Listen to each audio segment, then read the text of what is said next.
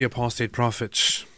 The Apostate Prophet. So I recently went to church, and I have to collect all my thoughts about this now. Technically, I went to church for the first time a month ago, several weeks ago, for the first time with my wife, because she has been going to church. She recently became a Christian again.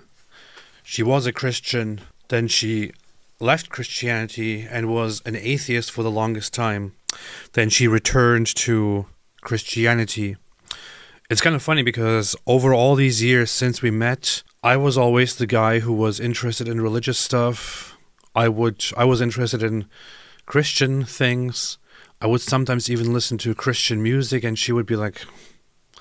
So it's kind of weird that she is the one who then suddenly becomes a Christian. I have a Muslim background. I have nothing to do with Christianity except that I grew up in a Christian country, Germany, and that I also went to a Christian Catholic kindergarten. But anyway, I went to church for the first time with her, and that was the first time ever that I attended a service on a Sunday. When I went there for the first time, I was a little bit overwhelmed. I didn't really know what to think. It's an Orthodox church, so I witnessed the divine liturgy, as it is called, and I tried just following along with it and observing it and all that.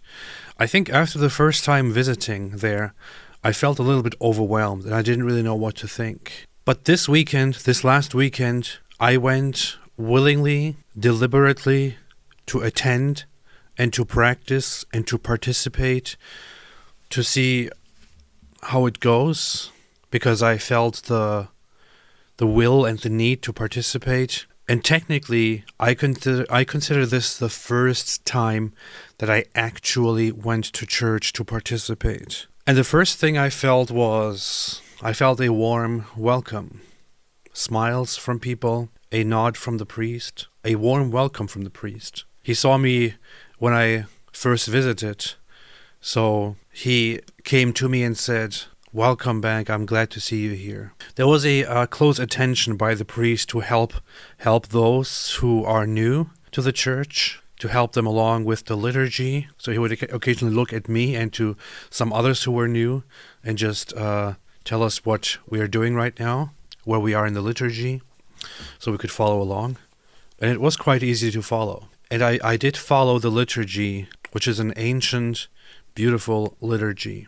There are certain things that I recognized in the divine liturgy, the different prayers, the different chants, the different processions. What's very interesting is that I spent much of the last year, 2014, studying Judaism and temple practices and things like that.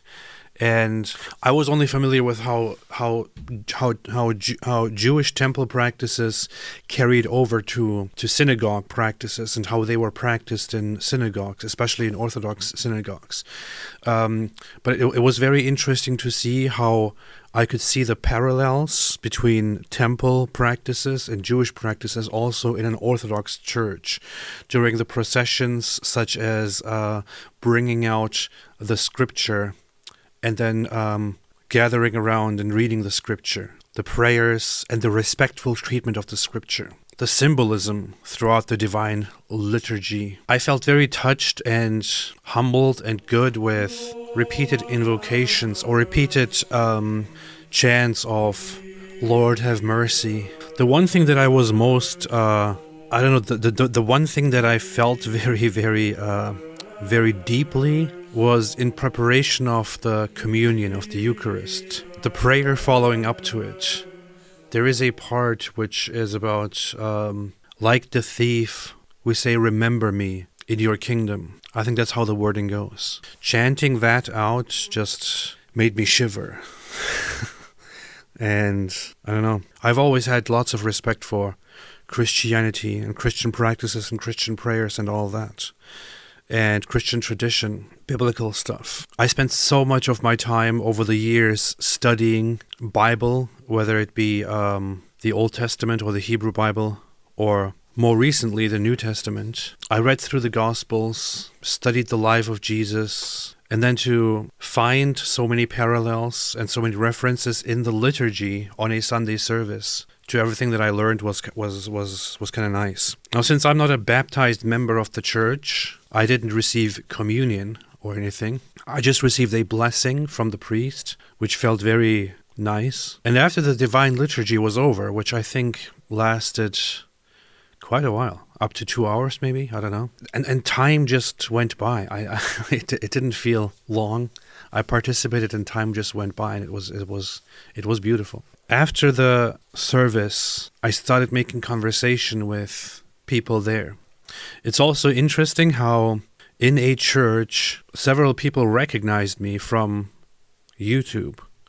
And normally when I go outside, when I go somewhere, some random places, I barely have people recognize me in public, unless I go to some big city. But I go to a church and there are immediately several people recognizing me. I guess in religious circles, it's more likely that people recognize me from YouTube. After the service, I made conversation with people who are just very, very good and pleasant. I feel no pressure at all. I only felt a warm welcome from the priest, who is already familiar with my wife and my family.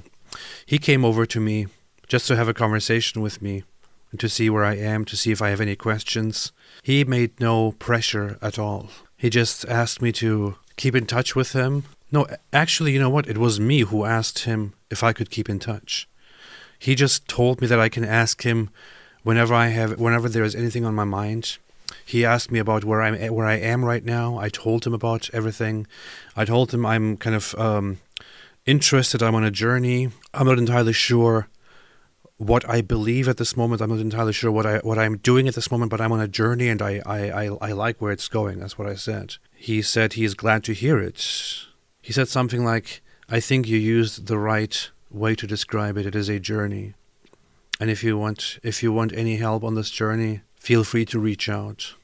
Like, he didn't jump on me and say, yes, stay in touch, I have all the answers. He basically just offered his help, and it was welcoming and it was nice. It's kind of weird because after going to church and after letting it sink in a little bit, I don't feel this whole woo-woo, my life is completely changed now, there's something magical happening or anything like that. I don't feel any of these things.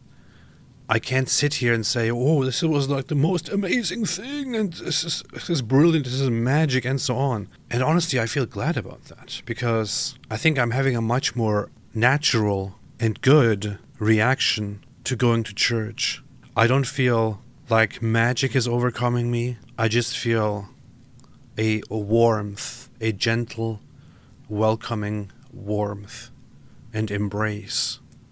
And it's less intimidating than being overcome with a feeling of magic. I like it. I know over the years people have asked me a lot where I am standing spiritually, religiously, and so on. And I think, thinking back, there was even a time where I said, I don't think I will ever become a Christian, or I don't think I will ever become religious again. I don't think I will ever believe again. A lot has changed over the last year, especially since I went to Israel with David. I don't know what it is, but going to Israel, especially standing before the wall, the Western Wall, that moment that we first went there and stood there, it did something in me.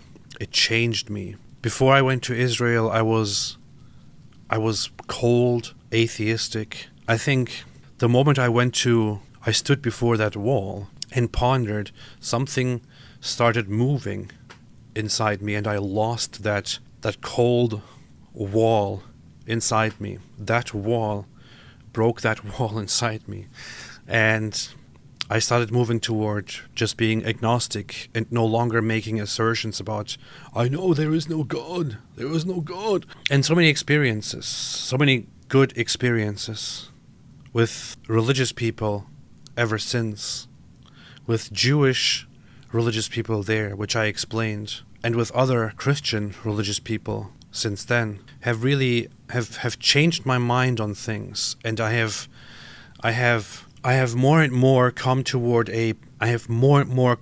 a place where I no longer feel like I can just say, I am an atheist, I know there is no God. And to be fair, I know that it might be possible to live as atheists for other people, but for me, to be very, very honest and very blunt, it wasn't a very pleasant ride. It wasn't a very pleasant experience.